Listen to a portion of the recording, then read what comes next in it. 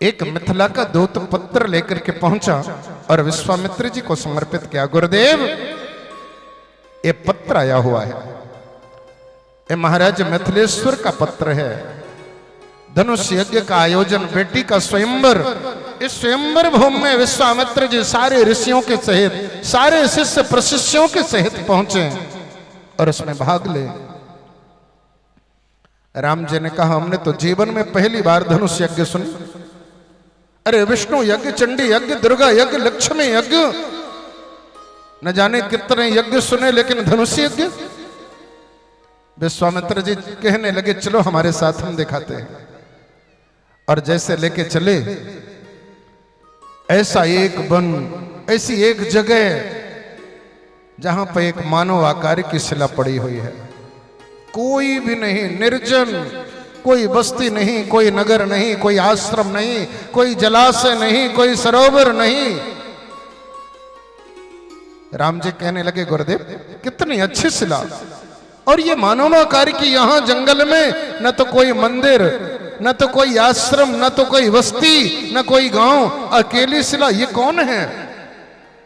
विश्वामित्र जी ने कहा, राम, आज के हजारों वर्ष पहले इस जगह पे गौतम का आश्रम हुआ करता था।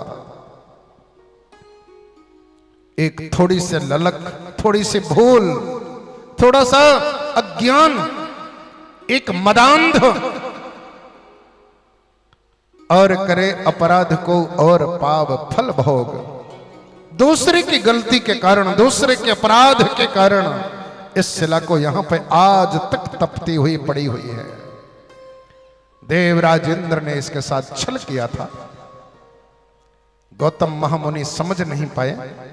इससे पूछा, बेचारी यह तो अवाक, यह तो चिंतन कर रही थी कि हो क्या रहा है, और जब तक यह कुछ कह पाती, उसके पहले ही कमंडल से जल निकाला और गौतम ने श्राप दे दिया, दुष्टे, मौत की तरह पत्थर की तरह खड़ी है, जाओ, मेरा श्राप है तो पत्थर हो जाओ।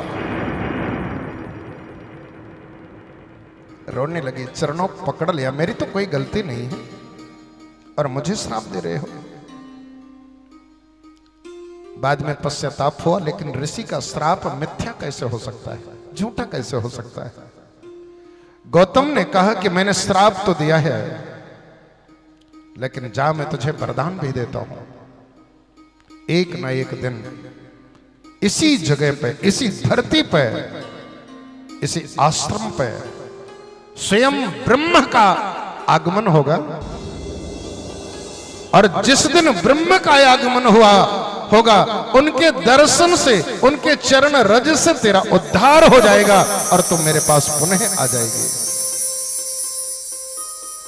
लाखों वर्षों से पड़ी हुई, तपती हुई, बरसात को सहती हुई, सिसकती हुई इस क्षण की प्रतीक्षा है राम, ये अहिल्या कर रही है। चरण कमल रज चाहती, कृपा करो रघुवीर। ही राम, तुम्हारे चरणों की धूल इसे मिल जाए, इसको प्राप्त हो जाए, ये औषधि मिल जाए तो इसकी बीमारी दूर हो जाएगी और वैकुंठ चली जाएगी, ऋषि लोक को प्राप्त कर लेगी। श्री राम ने सुनो कि मेरे चरण की धूल से इसका उद्धार होगा। राम तो कुछ विचार नहीं कि आगे बढ़े और चरण का स्पर्श करवाया तो एक नारी का प्राकट्य हो गया। अद्भुत नारी, अद्भुत साध्वी, एक तपी हुई कंचन जैसे चमकती हुई एक देवी प्रकट हुई और दोनों हाथ जोड़ करके नमन किया है। कहने लगी, हे रघुनाथ जो, आज तो मैं कृतार्थ हो गई, आज तो मैं धन्य हो गई। लाखों वर्षों तक पढ़ने के बाद, इस जगह पे प्रतीक्षारत रहने के बाद, आज आपके चरणों को जब मैं पाई, आपके चरणों का सानिध्य जैसे मुझे मिला, तो मैं तो आज मुक्त कंठ से कह सकती हूं, मुनि श्रापे जो दीना अति भले कीना, परम अनुग्रह मैं माना। मुनि श्राप जो दीना अति भले कीना, परम अनुग्रह मैं माना। देखो भरी लोचन हरि भव मोचन यही लाभ शंकर जारा। देखो भरी लोचन हरि भव मोचन यही लाभ शंकर जाना। बिनती प्रभु मोरी मैं मति भोरी, बिनती प्रभु मोरी मैं मति भोरी। नाथे ना मांगा घर आना, पद कमल परागा रस अनुरागा। मम मन मधुप कर पाना, पद कमल परागा रस अनुरागा। मम मन मधुप कर पाना।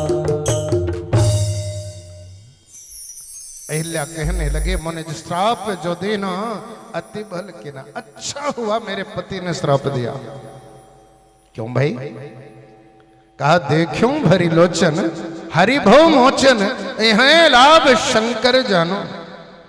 अरे जिसके लिए बाबा शमशान में बैठे हैं, जिसके लिए बड़े बड़े योगी तपस्वी यति सन्यासी गुफाओं में प्रतीक्षारत हैं, वो ब्रह्म स्वयं चल के आया और मुझे चरणों की धूल दिया। आज मुझसे बड़ा सौभाग्यशाली दुनिया में कोई नहीं होगा।